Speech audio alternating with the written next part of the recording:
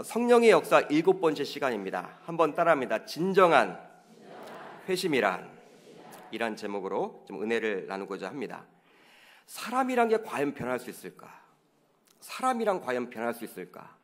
저는 어릴 적부터 그거에 대한 고민이 참 많았습니다. 역시 목사님답군요. 이렇게 이야기하는 분도 계시겠지만 저는 어릴 적부터 사람이 과연 변할 수 있을까? 여러분 변한다고 생각하십니까? 변한다고 생각하세요? 그러니까 일부는 변한다라고 이야기를 하겠죠. 자신 있게 일부는 변한다고 이야기를 하는 분들도 아마 그 변화라는 것에 대해서 이 외형적인 변화, 겉으로 보여지는 변화를 이야기할 거예요. 사람은 물론 식성도 변하더라고요. 식성도 변하죠. 어릴 적에 좋아하는 음식을 이제 장년이 되어서는 안 먹는 분들도 계시고, 어릴 적에는 손도 대지 않았던 음식을 이제 장년이 되면 자연스럽게 드시는 분들도 계십니다. 여러분 외모도 얼마나 변하는지 몰라요. 외모도 어떤 분들은 나이가 이제 50, 60 되시니까 막 이렇게 저 늙어간다고 막 이렇게 이야기하는데, 여러분 나이에 맞게 늙으셔야 합니다. 나이가 80 되셨는데 20대처럼 보이면 사람들이 오해해요. 그렇기 때문에 여러분 외형도 변화가 돼요. 또 식성도 변화가 되고, 또 겉으로 보여지는 모든 것들, 취미 같은 것도 변화가 되죠. 어릴 적에 여러분 구슬치기 했던 그런 아이들 기억나시죠? 근데 작년이 되어서도 구슬치기 한다고 생각을 해보세요. 여러분 말도 되지 않죠. 그러니까 변해야 한다는 거예요. 또 일부의 사람들은 절대로 변하지 않는다, 그렇게 이야기하는 분들도 있을 것입니다. 이런 분들은 자신들의 경험에 따라서 이야기를 할 것입니다. 제가 질문을 드렸던 사람이란 게 과연 변화가 될까? 여기에 나와 있는 이 변함은요, 겉으로 보여지는 변화를 이야기하지 않습니다. 내면적인 변화, 즉 가치관의 변화, 눈에 보이지 않는 이 마음의 변화, 생각의 변화를 이야기해요. 그러기에 사람들은 쉽게 변할 수가 없다는 거예요. 아무리 사랑하고 좋은 감정을 가지고 연애를 하다가 결혼을 한다고 치더라도 이제 결혼은 여러분 현실로 돌아가기 때문에 이제 결혼하는 순간 일주일만 딱 지내보십시오. 이제 그 배우자, 사랑했던 배우자, 그래서 사랑해서 결혼까지 했던 그 배우자의 연약한 점이 보이기 시작합니다. 보이면 이 연약한 점 자신이 고쳐주려고 이제 그 배우자들이 노력을 많이 하죠. 예?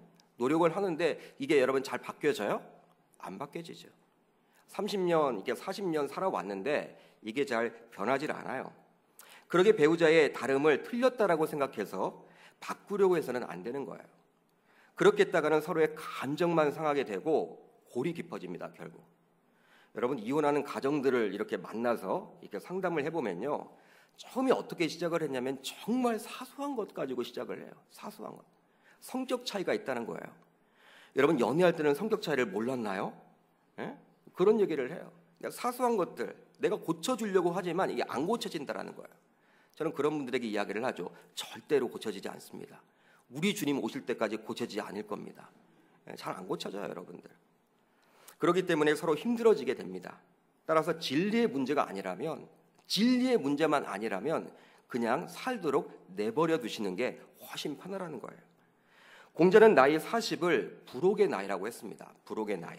즉 40이란 나이는 잘 유혹에 넘어가지 않는다라는 거예요. 유혹에 잘 넘어가지 않는다. 좋게 말하면 유혹에 넘어가지 않는 그러한 연령대다, 좀 성숙했다, 그렇게 표현할 수 있지만 그 말의 이면에는 다음과 같은 뜻이 있습니다. 여러분 유혹에 잘 넘어가지 않는다, 이것은 무엇이냐면요, 그만큼 고집이 세다. 가지고 왔던 그러한 가치관이 있기 때문에 변화가 잘 되지 않는다, 그런 말도 있는 거예요. 즉 40세 정도만 되면요, 사람은 잘 변하지 않습니다. 그동안 경험해왔던 것들이 축적이 되어서 가치관들을 형성하기 때문이죠. 자신의 생각과 마음이 확고하기 때문에 남의 이야기를 잘 들으려고 하지 않아요.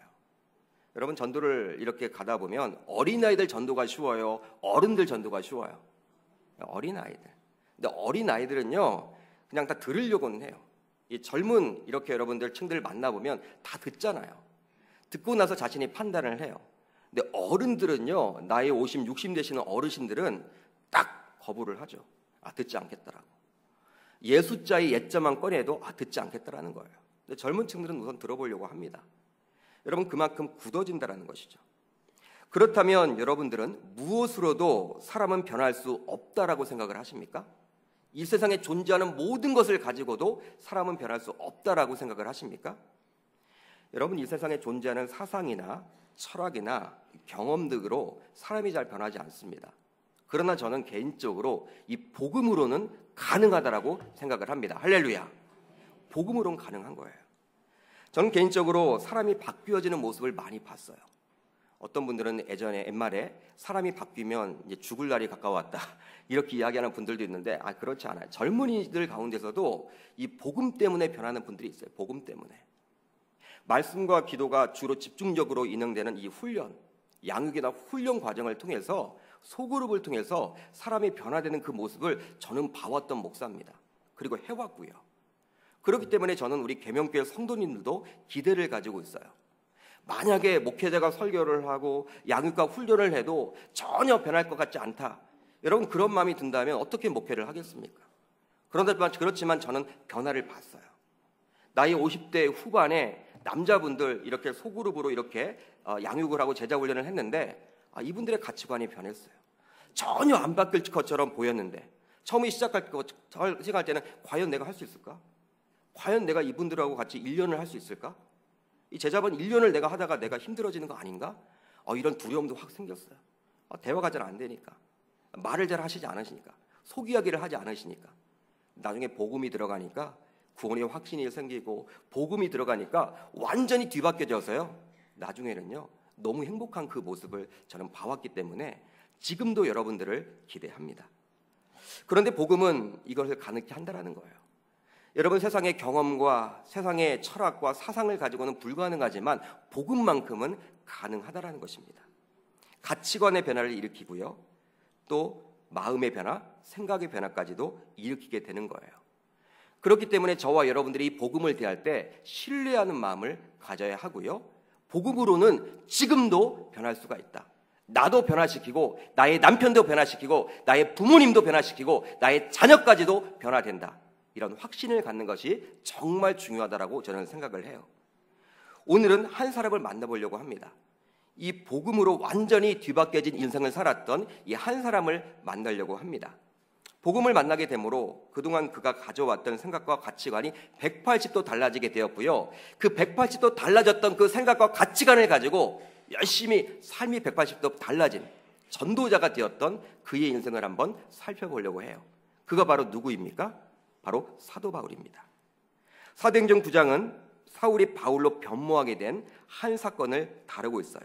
바로 그 유명한 회심 사건이죠. 그렇다면 이 회심이 있기 전 사울은 어떠한 사람이었습니까? 여러분, 우리가 사울이 바울 되었다고 이야기를 하는데 사울이 과연 어떠한 사람이었어요? 성경은 기록하고 있죠. 사도행전 22장 3절과 빌립보서 3장 5절을 보면요, 사울이 과연 어떠한 사람이었는지 정확하게 이야기를 합니다. 먼저 사도행전 22장 3절을 보게 되면요, 이렇게 나와 있어요. 나는 유대인으로 길리기아 다수에서 났고 이성에서 자라 가말리엘의 문화에서 우리 조상들의 율법의 엄한 교훈을 받았고 오늘 너희 모든 사람처럼 하나님께 대하여 열심히 있는 자라. 할렐루야. 이런 사람이었어요. 한마디로 무엇입니까? 사울은 지금의 터키 땅인 길리기아 다소 출생입니다. 그리고 유대인이었습니다. 아무래도 그 조상 때의 이 이방 지역으로 이동했던 그러한 가문의 자손이었던 것 같아요. 그리고 당시 최고로 존경받았던 석학이었던 가말리엘 문화에서 문화생으로 공부했던 자였어요. 다음으로 빌립보서 3장 5절을 보면요, 또 이렇게 나와 있어요. 나는 8일 만에 할례를 받고 이스라엘 족속이요 베냐민 지파요 히브리인 중에 히브리인이요 율법으로는 누구다? 바리새인이요. 바리새인이에요. 바리새인. 율법 학자였습니다. 그리고 베냐민 지파입니다. 베냐민 지파 유대인이었기 때문에 나면서부터 8일 만에 무엇을 받았다? 할례를 받은 정통 이렇게 유대인이에요. 한마디로 유대주의자로서 엘리트 코스를 받았던 종교인임을 알 수 있습니다. 이런 유대적인 백그라운드를 가지고 있었던 자였기 때문에 그는 다음의 구절을 통해서 자신이 그리스도인에 대해서 어떠한 마음을 가졌는지 설명을 하고 있어요. 여러분, 빌립보서 3장 6절을 보면 이렇게 나와 있습니다. 열심으로는 교회를 박해하고 율법의 의로는 흠이 없는 자라. 열심으로는 무엇을 했다? 교회를 박해했다. 예수 믿는 자들을 박해했다. 이렇게 나와 있어요. 율법의 의로는 흠이 없다. 여러분, 구약에 나와 있는 이 율법을 철저하게 지킨 자로서 자신을 이렇게 자부하고 있는 그런 사람이었어요. 사도행전 22장 4절을 보면 또 어떻게 나와 있습니까? 내가 이 돌을 박해하여 사람을 죽이기까지 하고 남녀를 결박하여 옥에 넘겼나니. 한마디로 무엇입니까? 예수 믿는 사람들을 잡아다 죽이기까지 하고 남녀를 막론하고 어떻게 했다? 옥에 가두었어요. 잡아다가. 여러분, 그런 열심을 가지고 있었던 사람이 바로 누구였습니까? 사울이었습니다. 사울이었습니다. 이런 구절들을 볼 때 사울은 구약에서 예언되었던 메시아로 예수 그리스도를 인정할 수가 없었던 거예요. 인정을 할 수가 없었던 거예요. 따라서 그가 십자가에 달려 죽은 다음에 부활했다라고 이야기하는 이 그리스도인들의 말을 믿을 수가 없는 거예요. 말도 되지 않는 것이죠. 그냥 죽으면 죽었지 부활이 믿을 수 없는 거예요. 그렇게 이것을 믿고 그의 도를 따르는 그리스도인들을 용납할 수가 없었던 것이죠. 그 결과 그들을 죽이기까지 하고 옥에 가두기까지 했던 악랄한 자가 바로 누구였다? 사울이었음을 알 수 있습니다. 사복음서를 보면요, 예수님께서 사역을 하시죠. 공생의 사역을 하실 때 여러분, 이 바리새인들만큼은 용서할 수가 없었나 봐요. 이 의식하는 자였고 회칠한 무덤들아 라고 이야기를 하고 있고 독사의 자식들아. 여러분, 예수님이 어떠한 분이셨습니까? 예수님은 사랑이 많으세요. 자비가 많으세요. 어렵고 힘든 사람들을 도우셨어요. 치유 역사를 일으키셨어요. 여러분, 선한 분이셨어요. 유한 분이셨어요. 항상 따뜻하게 대했던 분이 바로 예수님이셨어요. 그렇지만 그가 이 바리새인들만큼은 용납하지 못해. 여러분, 성경을 보시면 어떻게 나와 있습니까? 바리새인들을 호칭하면서 독사의 자식이래요. 여러분, 어떤 목사가 성도들에게 독사의 자식이라 그 교회 나가겠습니까? 이건 여러분 욕이잖아요. 독사의 자식. 어떻게 그런 말을 해요? 예수님이 그 선한 분이 회칠한 무덤 같다, 위식하는 자라. 여러분, 두려운 말들을 예수님 막 여러분 해대요. 왜 그렇습니까? 그들이 겉과 속이 달랐던 사람이기 때문에 그리 하는 거예요. 그런데 바리새인은 그런 사람들이었죠. 여러분, 그러기에 예수 믿는 자를 이렇게 잡으러 다녔던 이 사울도 바로 그런 사람이었음을 알 수가 있어요. 철저하게 외식하는 자였고 또 자신의 노력대로 율법을 잘 숨기려고 몸부림을 쳤던 사람임을 알 수가 있는 것이죠. 그렇지만 자부했어요. 나는 율법학자다. 모세 오경만큼은 내가 끝내주게 안다. 모르는 율법이 없다. 율법에 흠이 없는 자라고 나와 있어요. 흠이 없다라는 것은요, 거의 100% 지키려고 몸부림쳤던 사람임을 알 수 있는 것이죠. 한마디로 자기 확신이 강한 사람이 바로 누구였다? 사울임을 알 수 있는 것입니다. 이런 사람에게 일곱 집사 가운데 하나였던 스데반의 그 죽음을 지극히 당연하게 여긴 것이죠. 즉, 그는 그리스도인들 하면 한마디로 치가 떨었던 사람이었어요.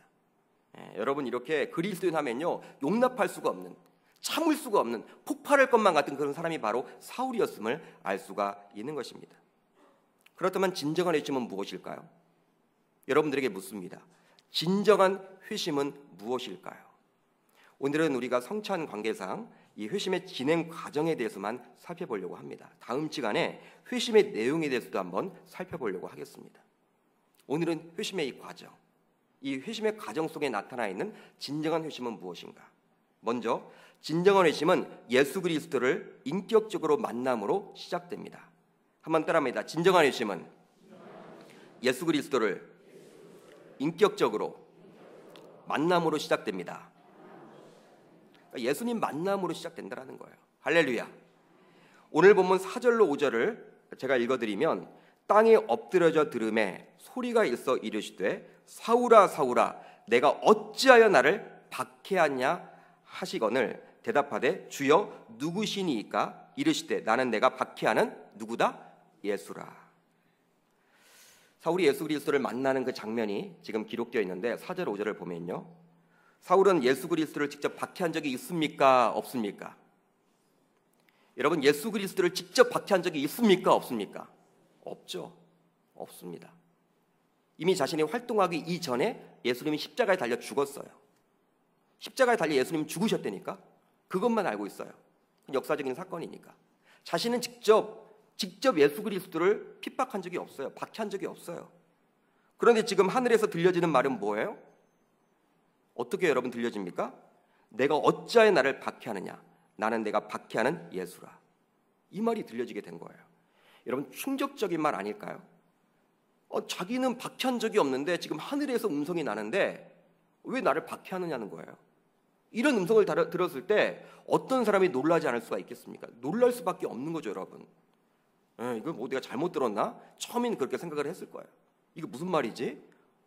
여러분, 가치관의 혼란이 오게 되겠죠. 이 마음이 여러분들 혼란이 오게 되겠죠. 내가 생각을 지금까지 잘못한 거 아닌가? 여러분, 완전히 이것을 지금 경험하게 된 거예요. 사울의 입장에서는 완전히 멘붕 그 자체일 것입니다.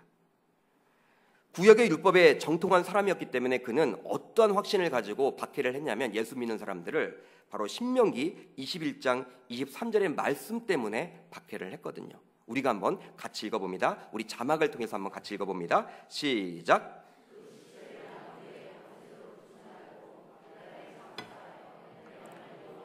내게 기업으로 주시는 땅을 더럽히지 말라. 나무에 달린 자는 하나님께 저주를 받았음이니라. 아멘. 여러분, 나무에 달린다는 누구로부터 저주를 받았다? 하나님으로부터 저주를 받았던 자다라고 분명히 신명기 이 모세율법에 나와 있어요. 율법에 정통했던 이 사울의 입장에서는요, 십자가 나무에 달려 죽은 그 예수가 누구의 저주로 죽은 거예요? 하나님. 하나님의 저주로 죽었기 때문에 그가 메시아가 아니죠. 저주로 죽은 자가 어떻게 메시아입니까? 메시아가 될 수가 있습니까? 그걸 믿는, 그리고 부활했다고 믿는 그 그리스도인은 잘못된 거예요. 이단이에요. 사입이에요. 말도 되지 않는 거예요. 어떻게 내가 반응을 해야 되냐? 그들을 죽여야겠다. 그들을 핍박해야겠다. 당연하게 여러분 여기는 거예요. 왜? 이 율법이 있기 때문에. 이 신명기 21장 23절이 그만큼 중요했던 거예요. 그런데 하늘에서 들려지는 음성으로 인해서 사울은 하나님의 저주를 받아서 죽은 줄만 알았던 그 예수가 어떻게 되었다? 부활했음을 이렇게 깨닫게 된 것입니다. 자신이 지금까지 진실이라고 확신했던 것들이 하루아침에 다 무너지게 된 거예요. 아마 멘붕 그 자체였을 거예요. 한번 생각해 보세요. 자신은 이런 확신을 가지고 사람들을 죽이기도 하고 또 잡아다 옥에 가두었는데 자신이 지금까지 잘못 살아왔다, 이게 느껴지는 순간 여러분 자신이 얼마나 창피하겠습니까? 얼굴이 빨개지겠습니까? 이거 어떻게 된 거야? 이야기도 못하고 말이 나오지 않겠죠. 큰 충격으로 인해서 아마 정신병에 걸릴 수도 있을 거예요. 사랑하는 성도 여러분, 진정한 회심은요, 오늘 본문에 나온 사울과 같이 예수 그리스도를 인격적으로 만나는 것에서 시작됨을 믿으시길 바랍니다. 다른 누군가를 만난다고 해서 회심의 역사를 기대할 수 없는 거예요. 여러분, 이 세상에 존재하는 어떠한 석학을 만난다 할지라도 회심을 여러분 기대할 수가 없어요. 좋은 이야기 듣는 거죠. 조금은 여러분들 결단을 하고 그렇게 살아야겠다 결심을 하지만 이게 잘 안 되는 것들 우리 많이 경험해 봤잖아요. 안 되거든요. 오직 예수 그리스도를 만나는 것에서 회심이 시작됨을 오늘 본문을 통해서 우리는 확인할 수가 있는 것이죠. 신앙생활을 하는 데 있어서 열심도 필요합니다. 열심을 저는 부정하지 않습니다. 꼭 필요합니다. 그러나 오직 그러한 열심만을 가지고서는 바로 우리가 회심의 역사를 기대할 수는 없다라는 거예요. 여러분들은 회심이 중요하다고 하니, 어떤 분들은 회심이 중요하다고 하니 이 회심을 받기 위해서 열심히 집회에 참석하는 분들이 있는데, 물론 여러분들 집회에 참석하면 좋겠죠. 그러한 열심을 가져야 하겠지만 그러한 열심만으로는 회심을 우리가 기대할 수가 없다라는 것입니다. 오늘 본문을 자세히 보십시오. 왜 그렇습니까? 우리 주님이 먼저 사울에게 다가가고 있습니까? 사울이 먼저 우리 주님에게 다가가고 있습니까?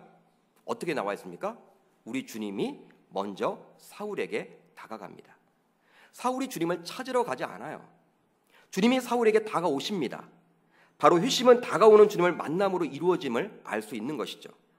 성경을 보면 우리 주님은 자신이 선택한 자들을 직접 찾아가셨어요. 할렐루야. 여러분, 우리의 마음속에 하나님이 계시잖아요. 저와 여러분들은 하나님의 자녀잖아요. 내가 예수 믿겠다고 해서 믿은 게 아니에요. 바로 하나님이 나를 선택해 주신 거예요. 찾아와 주신 거예요.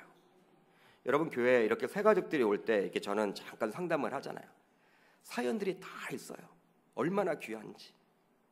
여러분, 이 교회에 이렇게 나온다는 이 자체가 우리는 당연하게 여기는 경우들이 많은데, 특별히 모태신앙으로 태어난 분들 당연하다고 생각을 하는데 그렇지 않아요. 영적인 부분이기 때문에요, 아무리 여러분 끌고 오려고 해도 안 나오는 분들은 안 나와요. 안 나와요. 저는 교회 앞까지 왔다가 돌아가는 분도 봤어요. 교회 앞까지 왔다가 예배당에 와 있는 이 여러분 물도 안 마시려고 그래. 예배당에 있는 이 정수기도 안 마시려고 하는 분들도 봤어요. 저는요. 교회에서 여러분 이렇게 드리는 뭐 커피 이런 것들도 안 드시는 분들도 봤어요. 그만큼 여러분 영적인 문제라니까요. 창세기 12장을 보면 여호와 하나님께서 아브라함에게 다가오셔서 그에게 말씀하시죠. 누가복음 5장을 보면 예수님은 시몬 베드로를 만나기 위해서 시몬의 배에 올라서 시몬에게 말을 걸죠. 여러분 창세기 12장과 누가복음 5장을 통해서 우리 하나님께서는 직접 아브라함과 시몬 베드로를 찾아와서 만나 주신 것입니다. 그렇기 때문에 그 회심의 시작은 바로 찾아오신 주님을 만나는 것에서 시작됨을 저와 여러분 믿으시기를 바랍니다. 이 시간 여러분들도 진정한 회심을 경험하기를 원하십니까? 여러분 정말 진정한 회심을 하기를 원하세요? 진정한 회심을 경험함으로 오늘 본문에 나오는 바울과 같이 주님께 멋지게 쓰임받기를 원하십니까? 그렇다면 이미 하나님의 자녀로서 우리가 자녀가 맞다면 우리의 마음속에 누가 계세요? 성령 하나님이 와 계시거든요. 그분을 만나는 것이 가장 우선임을 믿는 저와 여러분 되시기를 주의 이름으로 축복합니다. 다른 방법은 없어요. 내 열심도 주님보다 앞서서는 안 됩니다. 내 경험도 주님보다 앞세워서는 안 되는 거예요. 내가 가진 소유도 주님보다 앞서서는 안 되는 거예요. 다른 방법은 결코 없습니다. 오직 하나, 주 예수 그리스도를 인격적으로 만나는 것, 그것이 바로 회심의 시작임을 저와 여러분들 확신하시기를 바랍니다. 그렇기 때문에 오직 예수 그리스도, 그분을 만나는 게 중요하고, 이 강단에서도 그분 이야기를 해야 돼요. 그분 이야기. 이 한국교회가 여러분 지금 무너진 게 이 윤리적인 얘기, 도덕적인 얘기, 강단이 여러분들 그런 거 들으려고 우리가 이 자리에 있지는 않잖아요. 하나님이 정말 원하시는 게 뭘까? 하나님의 말씀이 뭘까? 예수님이라면 어떻게 생각하실까? 예수님의 마음은 과연 무엇일까? 여러분 우리 계명교회는 그런 강단이 되기를 저는 소망해 봅니다. 이 말씀 준비하면서 저도 깨달았어요. 구원을 받은 하나님의 종으로 목회자로 세워졌지만 우리 성도들에게 이 회심을 강조하겠다. 그냥 너무 세례를 쉽게 주는 거 아닌가? 그냥 너무 학습을 쉽게 주는 거 아닌가? 그냥 교회 왔다고 무조건, 물론 교회 문턱은 낮아져야 하죠. 교회는 아무나 와야 해요. 그렇지만 직분을 세우고 어떤 여러분들 이렇게 직책을 세울 때는 그런 거 점검해야 되지 않나? 저는 신방을 다닐 때마다 꼭 물어보는 게 있습니다. 저는 장로님들 신방을 다닐 때도 그렇고요. 지금까지 살아오면서 양심상 제가 신방을 가서 좋은 얘기만 못 해드려요. 양심상 항상 물어보는 게 구원의 확신. 오늘 밤 죽으면 천국에 가십니까? 여러분 장로님들한테 그 얘기하면요, 이건 웬만한 여러분들 100% 못하는 거예요. 근데 하나님이 하시도록 하는 거예요. 목사님이 나를 어떻게 보는 거야? 이렇게 여러분 생각할 수도 있잖아요. 여러분 하나님이 주신 마음이에요. 왜? 그것보다 더 중요한 게 없기 때문에. 우리 사랑하는 성도 여러분, 오직 예수 그리스도만이 진정한 회심을 이룰 수 있는 저와 여러분 되시기를 주의 이름으로 축복합니다. 다음으로 진정한 회심은 지극히 개인적인 영적 체험이에요. 한번 따라합니다. 진정한 회심은 지극히 개인적인 영적 체험이다. 오늘 본문 7절을 한번 우리가 같이 읽어보도록 합니다. 시작. 같이 가던 사람들은 소리만 듣고 아무도 보지 못하여 말을 못하고 서 있더라. 아멘. 같이 가던 사람들이 라고 여러분들 한번 주목을 해보시길 바랍니다. 지금 단수형으로 쓰여졌습니까? 복수형으로 쓰여졌습니까? 복수형. 몇 명인지는 몰라요. 근데 이건 지금 사울과 함께 다메섹에 가고 있는 사람들이 복수임을 지금 드러내주고 있는 거예요. 오늘 본문 2절을 보십시오. 사울이 다메섹에 가려고 하는 목적이 무엇이었습니까? 바로 예수 그리스도를 따르는 사람들을 만나면 남녀를 막론하고 그 결박하여 다시 예루살렘으로 잡아오려고 했던 거예요. 아마 소문이 그렇게 났나 봐. 예루살렘은 이 사울이라는 사람이 있기 때문에 그리스도인들이 지금 점점 줄어들고 있는데 이 다메섹이라는 곳을 보니까 이게 성이 차지 않는 거야. 야, 예수 믿는 사람들이 점점 늘어나네. 내가 가야지. 자신은 여러분 지금 바리새인이 어디 여러분 바리새인이에요? 예루살렘. 예루살렘에서 머물고 있는 바리새인이에요. 근데 어디까지 가겠다라는 거예요? 다메섹까지. 여러분 이건 뭐예요? 이 복음에 대해 사로잡혀 있는 것이 아니라 유대주의, 이 율법에 사로잡혀 있는 이 바리새임을 알 수가 있는 거예요. 그래서 어떻게 합니까? 예루살렘에 있는 대제사장에게서 공문까지도 받아요. 공문. 여러분 공문을 받아가지고 이 다메섹 회당에 여러분 가서 이제 예수 믿는 사람들을 다 잡아오려고 하는 그 공식 문서를 받아서 들고 갑니다. 여러분 생각해 보세요. 이제 다메섹에 예수 믿는 사람들이 한두 명이겠습니까? 뭐 한 명 정도면 사울 혼자 가도 되겠지만 아마 여러분 수십 명, 수백 명 있었을 거 아니야. 그렇기 때문에 그들을 결박하여 데려오려면 많은 사람들이 지금 사울과 함께 같이 갔음을 알 수가 있는 거예요. 몇 명인지는 몰라요. 근데 같이 갔겠죠. 그런데 오늘 본문을 보면 같이 가던 사람들은 소리만 듣고 아무도 보지 못하여 말을 못하고 서 있었다라고 나옵니다. 사울이 부활하신 예수 그리스도를 만나서 그분의 음성을 듣는 그 순간에도 많은 사람들, 주변에 있는 많은 군인들과 많은 사람들이 지금 듣지를 못해요. 전혀 어떤 상황이 벌어지고 있는지를 느끼지 못하고 있는 거예요. 사울은 후에 바울이 되어서 다메섹 도상에서 있던 사건을 회고합니다. 바로 사도행전 22장을 보면요 나와 있는데 22장 9절은 이렇게 기록을 하고 있어요. 나와 함께 있는 사람들이 빛좀 보면서도 나에게 말씀하시는 이의 소리는 듣지 못하더라. 좀 더 여러분 자세히 기록을 하고 있죠. 이 9장에서는 어떻게 합니까? 아무것도 보지 못하고 음성도 듣지 못했다고 나와 있는데 빛좀 봤어요. 주변 사람들이 22장을 보니까 빛좀 봤는데 음성은 듣지 못한 거예요. 여러분 사울이 지금 예수님 만나서 지금 대화를 하고 있지 않습니까? 주여라고 물어보고 당신은 누구입니까? 물어보고 이렇게 대화를 하고 있는 과정 가운데 이 주변 사람들은 그 대화의 내용을 듣지 못한 거예요. 빛은 봤지만. 따라서 9장과 22장 같은 내용입니다. 22장이 이 9장을 잘 설명해 준다고 볼 수가 있는 것이죠. 즉 사울과 함께 다메섹에 가던 사람들은 사울이 들었던 주님의 음성을 듣지 못한 거예요. 뭔가 일이 벌어졌으면 알고 있지만 구체적인 내용은 보질 못하고 있는 것입니다. 사랑하는 성도 여러분, 회심의 사건은 구원의 서정 가운데 있습니다. 우리가 여러분 구원을 받을 때 하나님의 자녀가 되고 구원을 받지 않습니까? 믿음으로 받죠. 그런데 그 구원의 서정 9가지가 있습니다. 우리 총신, 이 합동 측, 이 개혁주의 신학에서는 바로 구원의 서정 9가지를 이야기하는데 첫 번째 무엇이냐? 바로 소명이라고 이야기해요. 한번 따라합니다. 소명. 하나님이 불렀다라는 것이죠. 가장 그게 먼저예요. 하나님이 부르지 않으면 우리가 구원 못 받아요. 두 번째 무엇입니까? 한번 따라합니다. 중생. 그게 바로 거듭남입니다. 여러분 거듭남이 있어야 돼요. 세 번째 바로 무엇이냐? 회심. 한번 따라합니다. 회심. 돌이키는 거죠. 하나님께로 돌이키는 거. 네 번째 한번 따라합니다. 신앙. 믿음으로 반응을 해야 돼요. 다섯 번째가 무엇입니까? 칭의. 한번 따라합니다. 칭의. 의롭다함을 받는 거예요. 이제 하나님이 의롭다 우리에게 여러분 해주는 거예요. 다음에 무엇입니까? 양자. 한번 따라합니다. 양자. 자녀 되는 거예요. 양자로 여러분들 우리를 부르셨잖아요. 그 다음에 성화. 따라합니다. 성화. 거룩하게 되어가고 성도의 견인. 한번 따라합니다. 성도의 견인. 우리가 죽는 날까지 주님 오신 그날까지 하나님은 우리를 붙드세요. 놓치지 않으세요. 버리지 않으세요. 끝까지 이 마음속에 누가 계세요? 성령 하나님이 계시는 것입니다. 마지막 영화. 따라합니다. 영화.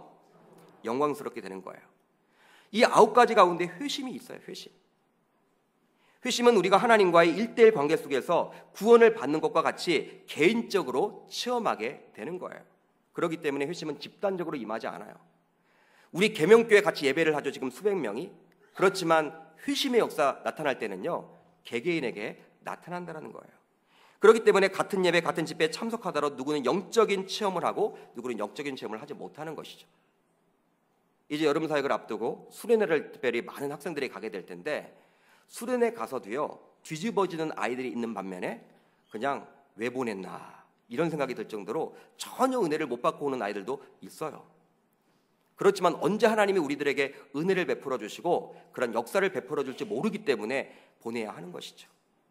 그렇습니다. 사도행전 2장에 나오는 마가의 다락방에 있었던 오순절 성령 대강림 사건 여러분 아실 거예요. 마가의 다락방에 몇 명이 있었습니까? 120명의 문도가 있었어요. 그들이 모두 다 성령 충만함을 받게 되었는데 바로 다음과 같은 순서를 거치게 됩니다. 사도행전 2장 3절부터 4전 상반절을 보면 이렇게 나와 있어요. 마치 불의 엿처럼 갈라진 것들이 그들에게 보여 각 사람 위에 하나씩 임하여 있더니 할렐루야. 여러분 하나씩 임한 거예요. 하나씩. 그러니까 120명의 문도들이 있는데 다 성령 충만 받게 되었는데 성령이 임할 때는 집단적으로 임한 것이 아니라 바로 하나씩 임했음을 보여주고 있는 것입니다. 바로 성령의 임재함도 영적 체험이기 때문에 그리 하는 것이죠. 그렇게 집단적으로 한꺼번에 임하지를 않는다는 것입니다. 여러분, 진정으로 회심하기를 원하십니까? 진정한 회심을 기대하십니까? 계명교회를 다닌다는 것에 만족하지 마세요. 계명교회라는 영적 공동체 속에서 신앙생활을 하는 것으로 진정한 회심을 경험하게 되는 것은 결코 아닙니다. 내 아내가 권사인데, 내 아내가 집사인데 그걸 자부하지 마세요. 그것으로 여러분 나까지 구원받고 회심의 역사가 나타나는 건 아니에요. 하나님과의 1:1 개인적인 그 관계 속에서 우리가 회심의 역사를 경험해야 하는 것이죠. 이제 말씀을 정리합니다. 회심은 구원의 역사 가운데 꼭 필요한 사건입니다. 물론 오늘 본문에 나오는 이 다메섹 도상 사건을 보편적인 회심의 사건으로 봐서는 안 돼요. 사울은 하나님이 크게 쓰려고 이렇게 이 사도행전 9장에 나와 있는 이 다메섹 도상의 사건을 이렇게 보여주셨지만, 대부분의 분들은요, 이 디모데 형들이 많아요. 이 바울 형보다는. 모태신앙으로 자라난 분들은요, 그냥 어느 순간 갑자기 예수를 알게 되고 믿어지게 되는 거야. 믿어지게 되는 거예요. 그렇기 때문에 오늘 본문에 나와 있는 이 사건이 보편적인 사건은 아니에요. 대부분의 사람들은 회심의 역사, 이렇게 나와 있는 급진적인 회심의 역사보다는 물 흐르듯이 지극히 자연스럽게 예수를 만나게 되었을 것입니다. 이 자리에 계신 저와 여러분들이 하나님의 자녀가 맞다면, 내가 자녀라면 우리들도 여러 모양으로 이미 우리가 여러 회심을 경험하게 된 것이죠. 그러기에 자신이 받은 회심을 한번 떠올려보며 소중히 간직했으면 좋겠고요. 그리고 아직까지 주일 출석은 하고 있음에도 불구하고 이 회심의 사건이 나에게 없는 것처럼 느껴진다. 아직도 내가 구원받지 못했다. 내가 오늘 밤 죽어도 천국에 간다라는 확신 속에서 살지 못한다. 이런 분이 있다면 오늘 본문에 나와 있는 이 회심의 역사와 같은 그런 사건이 나에게도 일어남으로 말미암아 나도 구원받고 천국 백성 되는 귀한 날이 될 수 있도록 기도하시기를 바랍니다. 우리 사랑하는 계명교회 성도 여러분, 회심은 구원의 핵심 과정이에요. 회심 없이 구원의 역사는 나타나지 않습니다. 회심을 하게 되면 변화가 일어납니다. 저와 여러분들 이 회심을 꼭 기억하셔서 변화되는 삶을 살아갈 수 있기를 주의 이름으로 축복합니다.